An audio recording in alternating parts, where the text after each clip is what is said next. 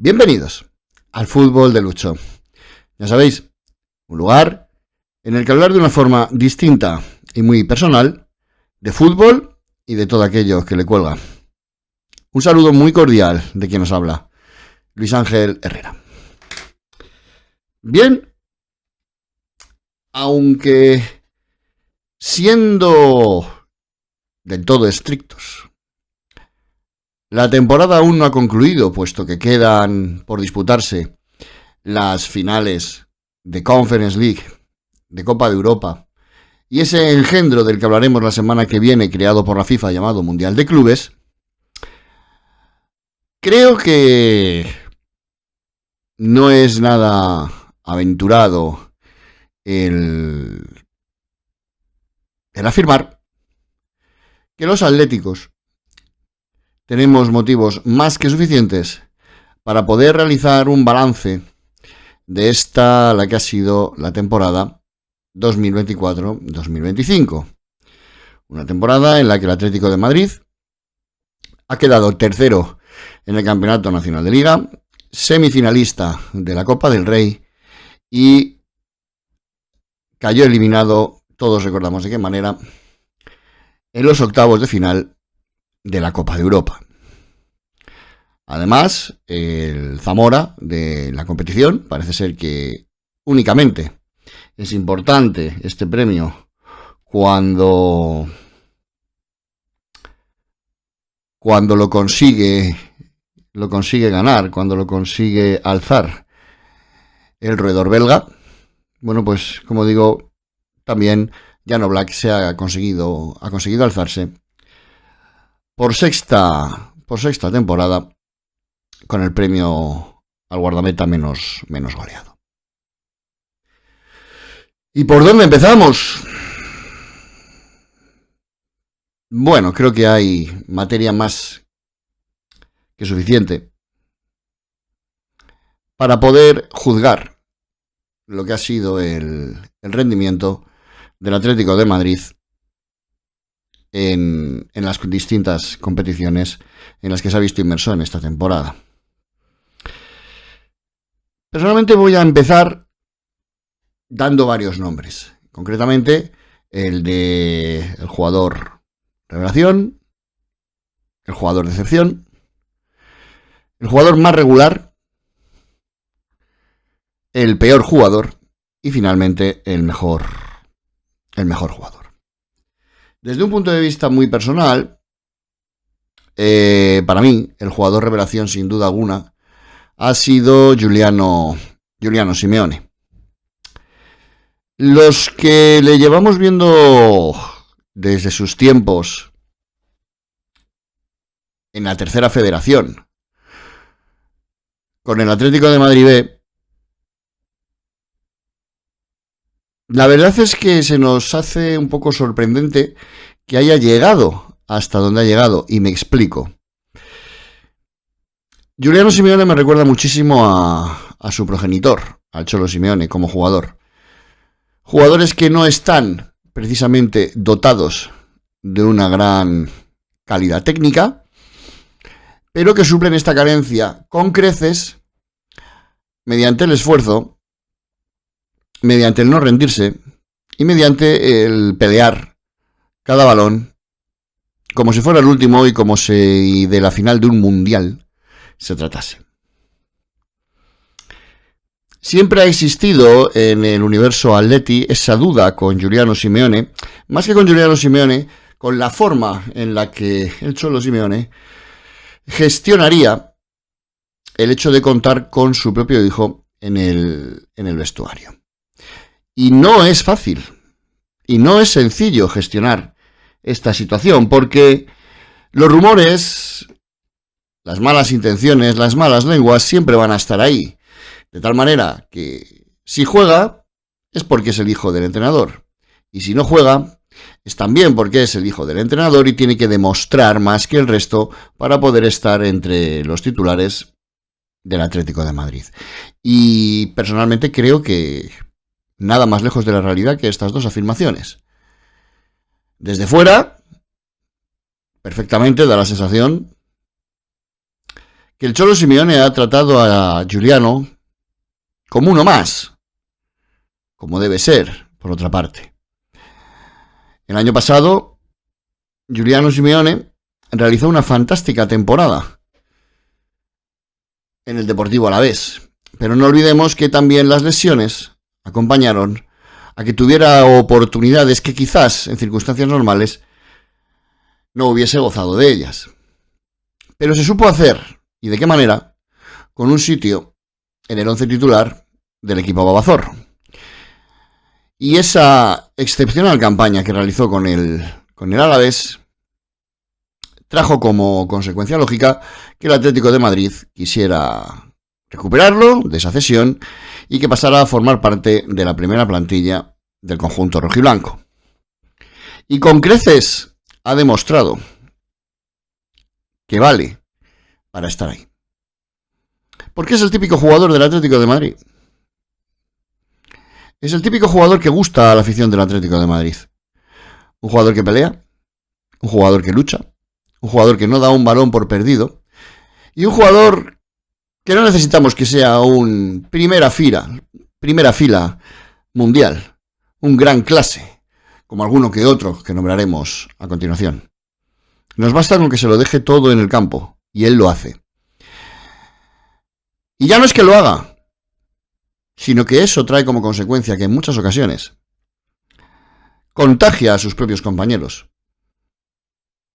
y hace él solo que todo el equipo pueda llegar a presionar o correr, e incluso logra despertar a la grada en los largos momentos de hastío que hemos vivido durante esta temporada. Por lo tanto, para mí, más que merecido, la mención de jugador revelación es para Giuliano Simeone.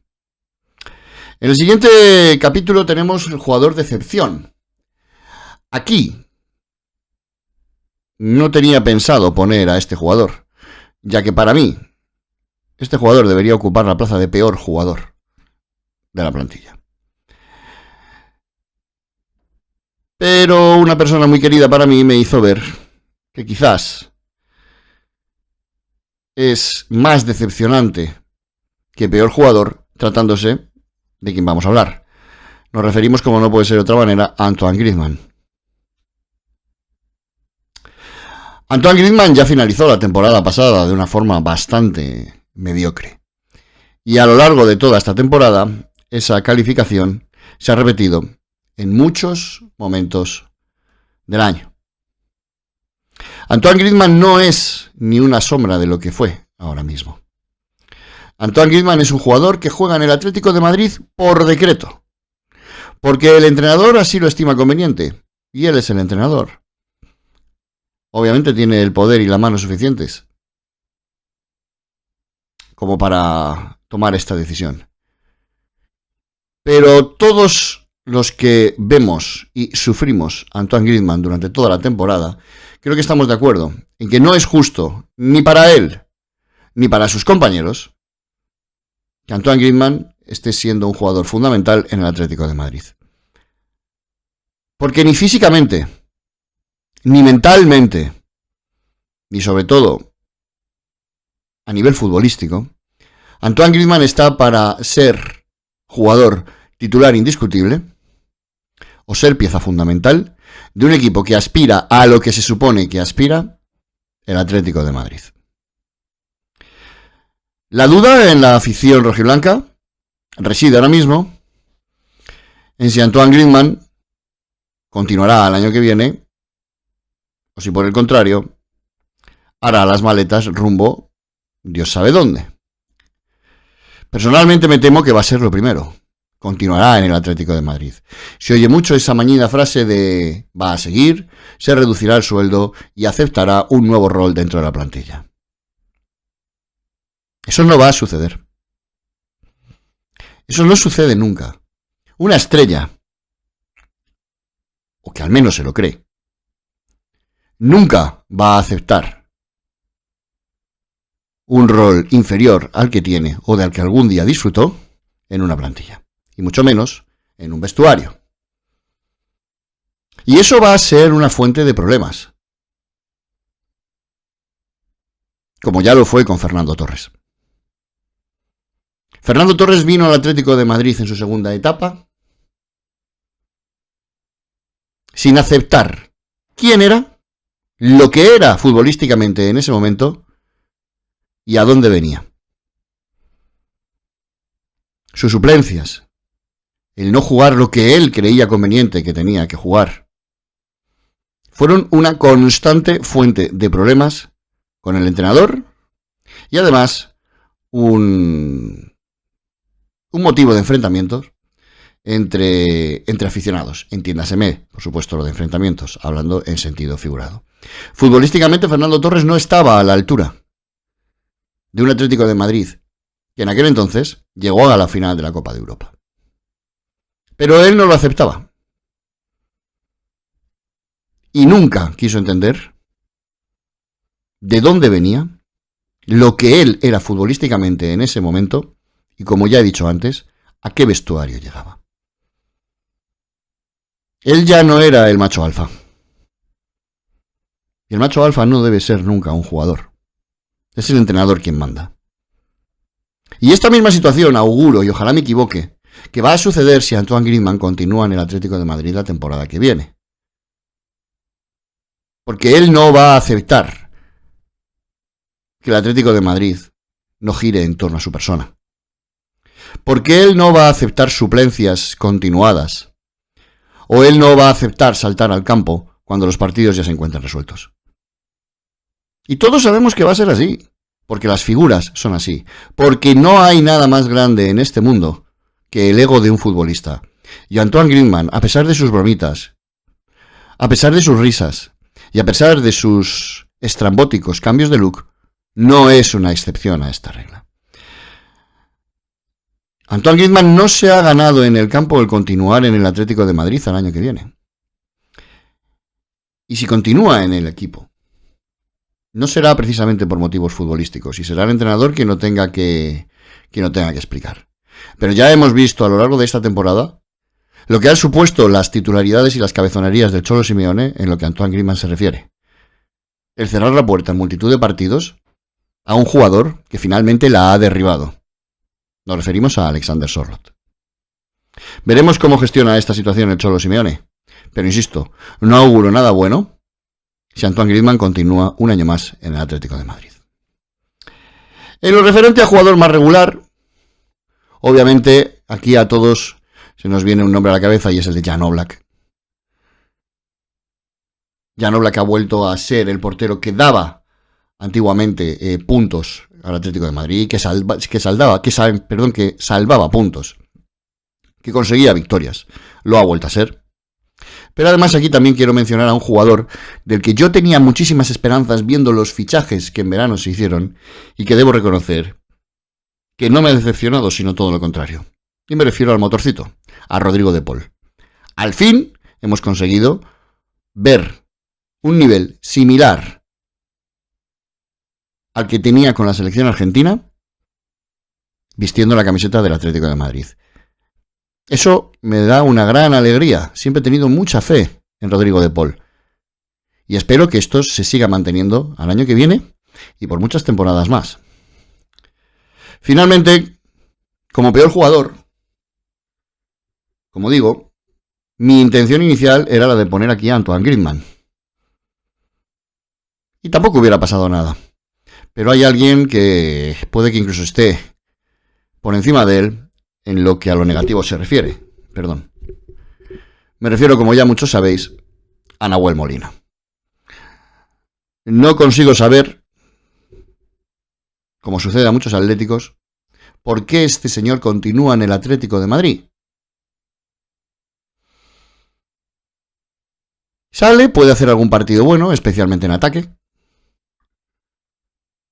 pero son continuos los atentados futbolísticos que este señor comete cada vez que salta al terreno de juego. Por lo menos con la camiseta del Atlético de Madrid.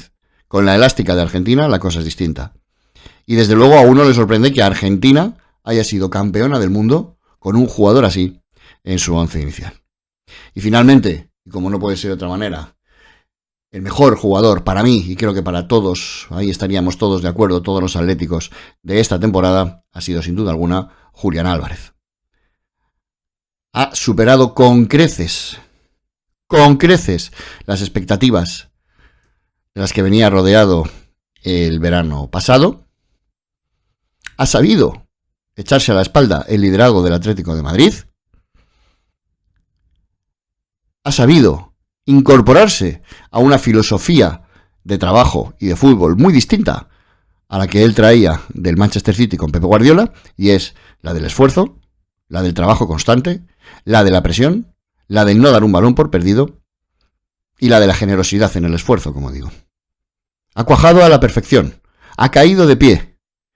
Y como no puede ser de otra manera, pues ya comienzan los rumores y las tonterías sobre el futuro de Julián Álvarez. Pero algo me hace pensar que vamos a tener Julián para rato en el Atlético de Madrid. Y que este chico está llamado a triunfar en este club y a darnos verdaderas alegrías. Personalmente, espero que sea así. Otros nombres importantes, como ya le he mencionado anteriormente, Alexander Sørloth. Como ya puse en Twitter en una ocasión, un servidor llevaba desde 2020 reclamando a este jugador para el Atlético de Madrid. Desde los tiempos en los que era Pichichi en Turquía. Desde los tiempos en los que jugaba en el Crystal Palace, que un servidor comenzó a seguirle. Y su ascenso ha sido meteórico en cada club en el que ha estado. Y en el Atlético de Madrid no ha sido una excepción. Siempre nos quedará la duda de qué hubiera sido, qué números hubiera obtenido, de no ser por la cabezonería de Diego Pablo Simeone con Antoine Griezmann. 20 han sido los números, los goles que ha conseguido en Liga. Bien es cierto que 7 de ellos en 2 partidos que ya prácticamente eran intrascendentes, pero aún así hay que meterlos. Y como digo, son de los mejores números que se le recuerda a un 9 en el Atlético de Madrid. Números que probablemente hubieran sido mucho mejores de haber podido gozar de titularidades y de muchos más minutos de los que, con los que ha contado. Aquellos detractores de este jugador o defensores acérrimos del Cholo Simeone o Antoine Griezmann razonan que cuando ha salido de titular sus números tampoco han sido precisamente buenos. Algo de lo que le hemos achacado, por ejemplo, siempre a Angelito Correa. Pero démonos cuenta también una cosa que los atléticos repetimos prácticamente partido tras partido. Y es que el Atlético de Madrid es especialista en el 99% de los casos de tirar los primeros tiempos a la basura. Por lo tanto, quizás los culpables de no tener buenos números en ataque cuando salen de titulares no sean los delanteros, no sean los Correa, no sean los Alexander Sørloth, sean los planteamientos con los que el Atlético de Madrid sale de inicio en cada uno de los partidos ligueros. Aún así, todavía nos queda la duda de cómo serán los números del gigantón noruego si se le dan todos los minutos que desde luego parece haberse ganado. ¿Lo sabremos la temporada que viene? Pues un servidor sigue pensando que mientras el señorito francés continúe en la plantilla, no alcanzaremos a ver el verdadero y auténtico rendimiento de Alexander Sørloth que sí hemos visto en otros equipos como el Leipzig, la Real Sociedad o especialmente el Villarreal, donde estuvo a punto de ser Pichichi. Y bueno, pues otros nombres importantes, tanto por aspectos positivos como negativos, pues son los de Coque y Pablo Barrios. No se puede estar más agradecidos a lo que Coque ha hecho y lo que a Coque ha supuesto para el Atlético de Madrid. Pero entre lesiones y un estado de forma e incluso mental manifiestamente mejorable, no ha sido esta la mejor temporada del centrocampista vallecano. ¿Quiere eso decir que haya que jubilarle? Ni muchísimo menos. Pero quizás sí que haya que darle un paso a un lado, dejando que otros jugadores, como por ejemplo Pablo Barrios, pasen a formar parte de la columna vertebral del Atlético de Madrid. ¿Ha tenido errores Pablo Barrios? Muy graves. Muy graves. Nos han costado puntos, nos han costado partidos, incluso estuvieron a punto de costarnos una eliminaciones europeas. Pero sin duda alguna es un diamante en bruto del Atlético de Madrid y del que muchos esperamos su pronta explosión. Y hay otro nombre que quizás no ha sido especialmente protagonista, que incluso para muchos suena como jugador que está a la rampa de salida, y es Riquelme. Personalmente es un jugador que me encanta. Un jugador con auténtica clase a la hora de conducir y de sacar el balón. Un jugador con una visión de juego estratosférica. Un jugador con un golpeo de balón maravilloso. Pero un jugador que no cuenta con todas las ocasiones o con todos los minutos que quizás merece. ¿Esta situación va a cambiar? Pues personalmente creo que no. Y mucho me temo, y no me gustaría, no sería de mi agrado, que Riquelme, o bien en forma de cesión o bien en forma de traspaso, deje de formar parte de la plantilla del Atlético de Madrid. Y por supuesto, no sería nada justo el no dedicar, aunque sea un minuto, a un jugador que lo ha dado todo por el Atlético de Madrid, a un jugador que nunca ha alzado la voz, un jugador que ha sido un verdadero ejemplo de profesionalidad, ejemplo de compañerismo, de los que verdaderamente hacen vestuario, de los que no les hace falta teñirse el pelo de colores raritos para que se hable de él. Y un jugador que personalmente me encantaría que siguiera en el Atlético de Madrid por los siglos de los siglos, pero al parecer no va a ser así. Me estoy refiriendo, como no puede ser de otra manera, a Angelito Correa. Toda clase de fortunas, para allá donde vaya, y el mejor de los destinos, siempre y cuando los caprichos del fútbol no le enfrenten al Atlético de Madrid. Un verdadero ejemplo de jugador. Con todo y con esto, ¿cuál sería para mí el 11 ideal del Atlético de Madrid en esta temporada? Bueno, pues tampoco difiere mucho, salvo en quien ya sabéis, puesto que aquí ya le he nombrado en varias ocasiones, del que el Cholo Simeone, lesiones y sanciones aparte, ha utilizado a lo largo de esta temporada. Hablamos de Oblak en portería, una defensa con Llorente, Leclet, Jiménez y Reinildo, centro del campo para Simeone, Pablo Barrios, Rodrigo de Paul y Samulino, y una delantera formada por Julián Álvarez y Alexander Sørloth. ¿El Atlético de Madrid ha cumplido los objetivos que se le planteaban a principio de temporada? Sin ninguna duda. Según se ha ido dando la temporada, ¿estos eran los objetivos que los atléticos pensábamos que se tenían que alcanzar? Personalmente creo que no. Fuimos campeones de invierno. Conseguimos derrotar al FC Barcelona en su estadio. Fuimos de los mejores equipos de la fase de clasificación de la Copa de Europa, quedando eliminados de la misma de la manera en la que ya sabemos todos y que aquí hemos comentado, y que psicológicamente supuso el final de la temporada para el entrenador, para los jugadores, y me atrevería a decir que incluso también para la afición. Aún así se llegó a la semifinal de Copa, únicamente siendo eliminados por el que finalmente resultó ser el campeón, el FC Barcelona, y en la Liga, de una manera relativamente holgada, se han cubierto los objetivos. Pero en esta temporada, en la que, como hemos comentado en más de una ocasión, ni Real Madrid ni FC Barcelona parecían querer ganar la Liga, el Atlético de Madrid debería haber competido un poquito más. Porque obviamente no se le puede pedir, o al menos no lo puede hacer nadie que tenga dos dedos de frente, al Atlético de Madrid que compita en igualdad de condiciones con el Real Madrid y el FC Barcelona a lo largo de todo un campeonato.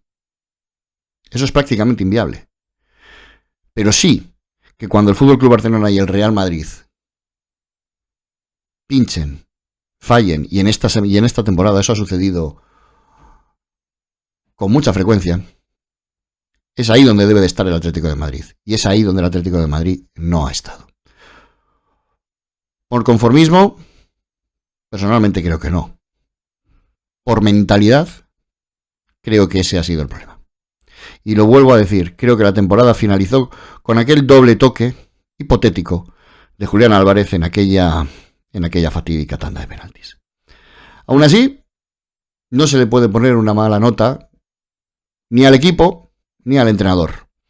Creo que si hablamos de un notable, un 7 o un 8, no estamos siendo exagerados, puesto que los objetivos del club, los objetivos del entrenador, y no nos engañemos, los objetivos propios de la afición se han cumplido con creces.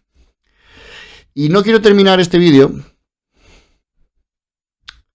sin poneros, sin citar lo que hoy, en una especie de ceremonia de homenaje al carnicerito de Leganés, Dani Carvajal, ha soltado por la boca la ínclita presidenta de la Comunidad de Madrid, la señora Isabel Díaz Ayuso.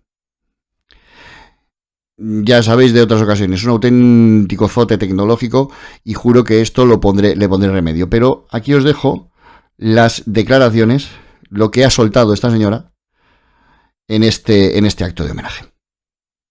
El día de su presentación con el primer equipo, Dani hizo una promesa sencilla pero implacable: me dejaré hasta el último aliento en cada partido. Y ahí le tienen. Además de 6 Copas de Europa, la última culminó con el primer gol del partido y el premio al mejor jugador de la final de 2024. Y ojo que Dani tiene más Champions que el Barcelona en toda su historia. Ahí lo dejo.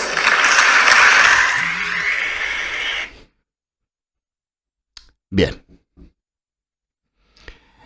En estos últimos días, la semana pasada, asistíamos a una de esas fotos de la vergüenza de esta señora, junto con el minion del consistorio y el señor tenebroso, haciéndole el nombre de todos los madrileños el enésimo favor al club merengue. Esta señora se debería dar cuenta de que es la presidenta de todos los madrileños, sean del Madrid, sean del Atleti, sean del Barcelona o sean del Sporting de Guardamar. Y quizás a los madrileños, en lugar de este tipo de bromitas, en lugar de este tipo de tonterías, en lugar de este tipo de esta capitanía del equipo de felación sincronizada del señor tenebroso, quizás a los madrileños lo que les gustaría en lugar de estas tonterías es que esta señora explicara por qué mandos de su gobierno se encuentran imputados por los protocolos de las residencias durante la pandemia. Y ahí lo dejo. O a miles de madrileños nos gustaría que esta señora nos explicara por qué día sí, día también supone un verdadero infierno el tomar el metro de Madrid. Y ahí lo dejo. O quizás también a los madrileños les gustaría que esta señora se dedicara a gestionar, en lugar de echar las culpas de todo problema real o ficticio al gobierno central. Y ahí lo dejo. Mire, señora Díaz Ayuso, efectivamente, este individuo que ha complicado la carrera deportiva de varios de sus compañeros, todos sabemos de qué manera, efectivamente, como usted bien dice, tiene más Copas de Europa que el FC Barcelona. Pero quizás alguna de ellas se deba a las ayudas que en nombre de todos los madrileños, usted y politicuchos como usted han dado al club en el que milita. Y ahí lo dejo. Hasta el próximo vídeo.